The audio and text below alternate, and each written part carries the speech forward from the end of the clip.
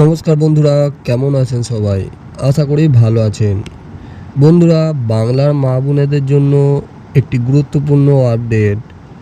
August মাসে লক্ষ্মীর ভাণ্ডারের টাকা এইমাত্র আমাদের মাননীয় মুখ্যমন্ত্রী তাদের ব্যাংক অ্যাকাউন্টে ছাড়লেন। হ্যাঁ বন্ধুরা, আগস্ট মাসের লক্ষ্মীর ভাণ্ডারের টাকা সবারই অ্যাকাউন্টে পৌঁছাতে শুরু করেছে। এছাড়াও বাংলা মা বোনেদের জন্য আরও একটি বিশেষ খুশির খবর রয়েছে।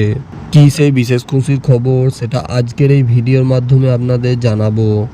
এবং যেসব মা বোনেরা নতুন আবেদন করেছেন লক্ষ্মীর ভাণ্ডারে, তারা কবে থেকে টাকা পেতে পারেন এবং লক্ষ্মীর ভাণ্ডারের টাকা কি আদৌ সত্যি বাড়তে চলেছে, এই কথাটা কতটা সত্যি তা পুরোটাই বিস্তারিত আলোচনা করব আজকের এই ভিডিওর মাধ্যমে।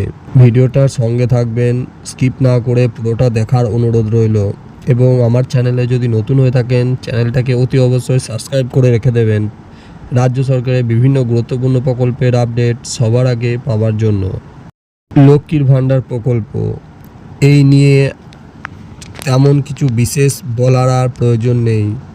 রাজ্য সরকারের একটি গুরুত্বপূর্ণ প্রকল্প হলো লক্ষ্মীর ভাণ্ডার প্রকল্প। এই প্রকল্পের মাধ্যমে রাজ্যের সমস্ত 25 থেকে 60 বছর বয়সী যেসব মহিলারা রয়েছেন তারা এই সুবিধা ভোগ করেন। 2021 সালে রাজ্যের মুখ্যমন্ত্রী এই প্রকল্পের ঘোষণা করেন এবং আস্তে আস্তে এটার জনপ্রিয়তা এতটাই বেড়ে যায় যে শুধু রাজ্য নয়, গোটা দেশের মধ্যে একটি গুরুত্বপূর্ণ জনপ্রিয় প্রকল্প হয়ে ওঠে এই লক্ষ্মীর ভাণ্ডার প্রকল্প।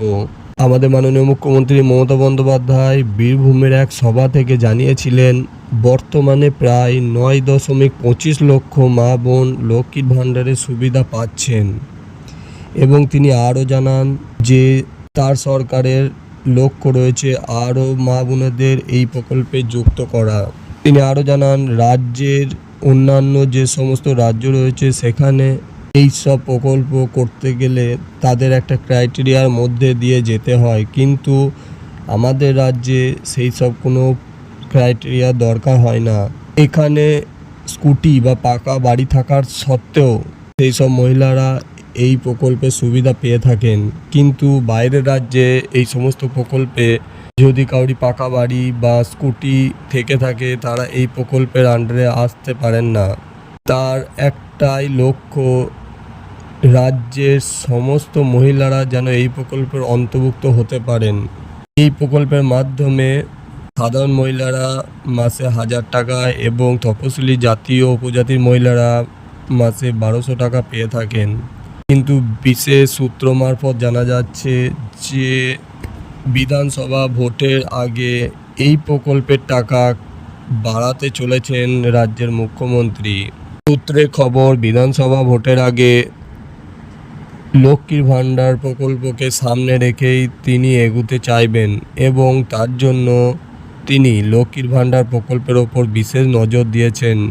এবং তিনি আরও জানান যে লক্ষ্মীর ভাণ্ডারের টাকা তিনি বাড়াতে চলেছেন। ভাতা বাড়িয়ে সাধারণের জন্য 1500 টাকা এবং তপশিলি জাতি উপজাতি মহিলাদের জন্য 1800 টাকা করা হতে পারে। যদিও এই বিষয়ে এখনও কোনো সরকারি ঘোষণা আসেনি, তবে মুখ্যমন্ত্রী আশ্বাস দিয়েছেন 25 বছর বয়স থেকে সারা জীবন এই ভাতা পাওয়া যাবে এবং দুয়ারে সরকার কর্মসূচিতে জমা পড়া আবেদনগুলি 90% কাজ সম্পন্ন হয়েছে। বাকি 10% কাজ শেষ হলেই নতুন গ্রাহকদের অ্যাকাউন্টে টাকা জমা পড়তে পারে। যেসব মহিলারা নতুন করে আবেদন করেছিলেন সেই সব মহিলারা টাকা পেতে পারেন। যারা নতুন আবেদন করেছিলেন সেই সব মহিলারা ডিসেম্বরের শুরু থেকেই তাদের ব্যাংক অ্যাকাউন্টে লক্ষ্মীর ভাণ্ডারের টাকা পৌঁছাতে পারে বলে জানানো হচ্ছে। তো বন্ধুরা, এই ছিল আজকের লক্ষ্মীর ভাণ্ডারের গুরুত্বপূর্ণ কিছু আপডেট। যদি আপডেটটা ভালো লেগে থাকে তাহলে ভিডিওটা লাইক, শেয়ার, কমেন্ট করতে ভুলবেন না।